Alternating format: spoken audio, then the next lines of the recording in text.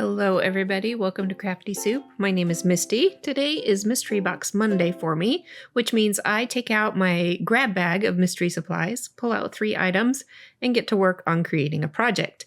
Today is a bit of a wild ride. We are going to create a tri-fold slimline card, and then we are going to experiment with lots of mixed media. So let's go ahead and dive in. All right, if you are new here, I've been doing this project for a while, and I do it just because it's silly and it stretches my creativity. So here is my mystery box of supplies. I reach in and I don't look, and I pull out 3 different things, and I say different things, but you'll see in a moment here that when I pull out this 3rd item, it is another piece of chipboard, and I was like, oh no. What am I going to do? Usually I'm up for a creative challenge, but this one felt like it might be a stumper for me.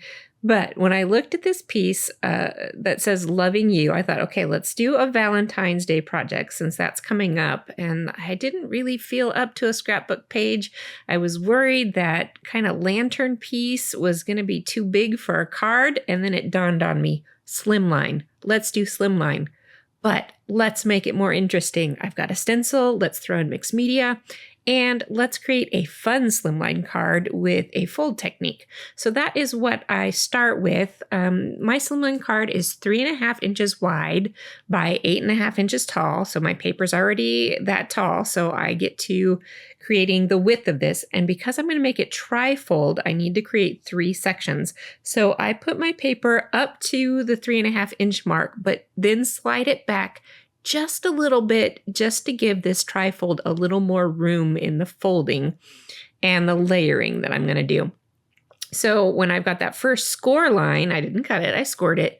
I am going to line that up with the 3.5 inch mark and shift it to the left just a little bit more so that that center section is slightly wider than 3.5 inches. And then I will trim off my last section by, again, making it slightly narrower than 3.5 inches so that when I fold it in, it won't have any risk of bumping into that first fold.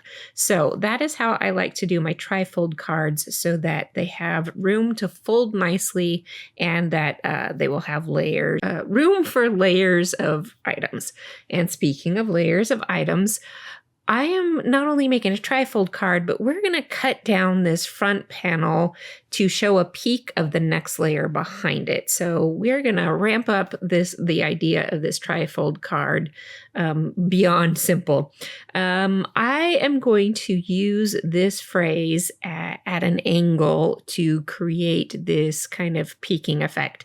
So what I'm going to do is trim down the fold, because we're going to slice this off. And you saw me kind of line up that word and then make some tick marks on my paper of where that word will fit so that all the words fit within the dimensions of the slimline card. And it's just barely fitting, and it's going to work out. So here is where we are going with this project. I get all my pieces together, and I realize the lantern needs to go the other way. I knew that when I was thinking about it, and I forgot when I put it down. But so that's where we're going with this project. So it is time to get the mixed media going on. And I tell you, as I start working on this project, which is lots and lots of layers, the first thing I'm doing is inking up the lantern with a silver metallic ink, because that makes sense. And as I'm working with all of these layers, you'll see me add layers and layers to things. And I had lots of ideas for this project, and a lot of them weren't going how I expected. So this first idea was to use up the leftover silver ink because I want to incorporate all the colors that I'm using on the different layers back into the other layers of the cards. And I was trying throughout this whole project to get a jelly print press kind of look to this. And if you don't know what that is, go Google it so you can see what people are doing with that.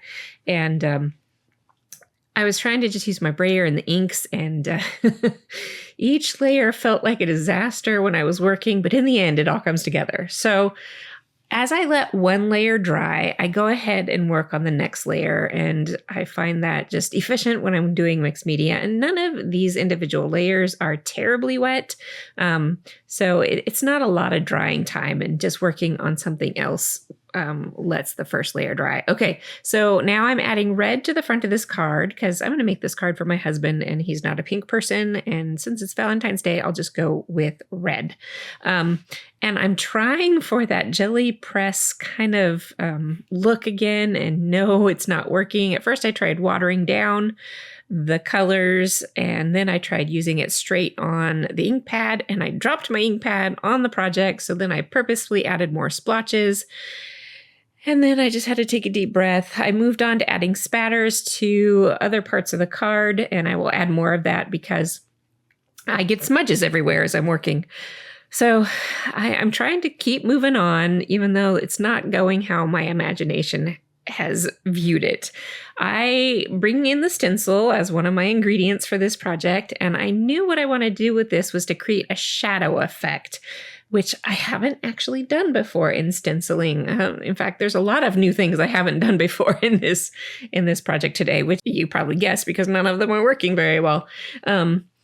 So I put down a light layer of a lighter red ink, and then I'm coming back over it. I shift my stencil up and to the left a little bit and go over it with a nice dark red ink. And it's hard to show up on the camera, but you can see just a little bit of a shadow to those kind of polka dots. And while I've got the ink out, I will go ahead and ink up the word piece. I did put some shimmer on that to begin with, and I wasn't sure the red ink would work on top of that, but it did. And the shimmer still comes through and it looks beautiful. So I was happy with that. And that's where I added more splatters. And here I am moving on to trying yet another technique, trying yet another way to get this kind of gel press look going on. And that just turned into a blobby mess. I just go with it. I just spread some of this color around, and you'll see why I wanted that color in particular in just a minute. Now, because I've got silver going on my middle layer, I want to add silver to my inside layer. And I'm going to add a little bit more silver since I've got polka dots on the outside and now I've got polka dots on the inside. I do want to add a little bit of this stenciled polka dots to that middle layer as well. So I've got some repetition going on. I'm trying to coordinate all the colors in this and trying to pull everything together because red, yellow, and blue is not necessarily a Valentine's color palette, but hopefully you'll see where I go with this in the end.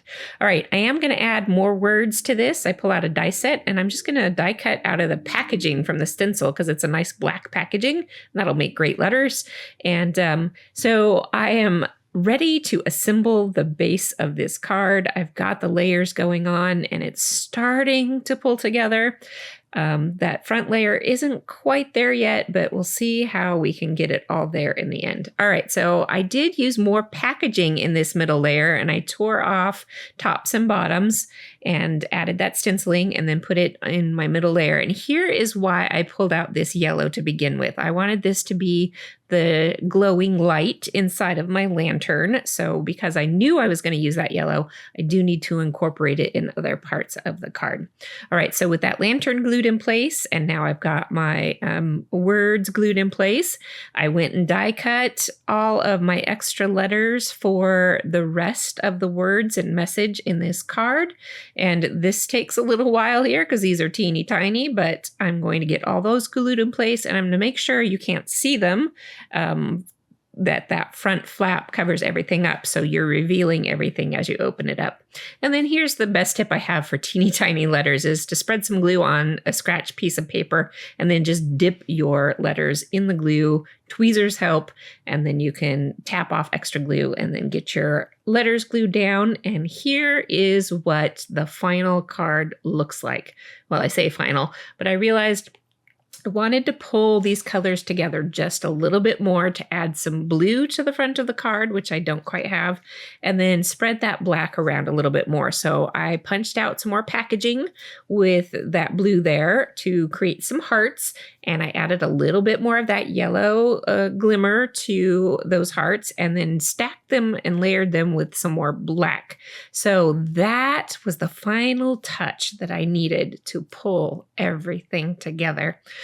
Now, I know this project probably isn't everybody's style, but I hope you found something inspirational out of it. I hoped you were able to watch me struggle and be able to overcome some of those struggles and pull a nice project together in the end.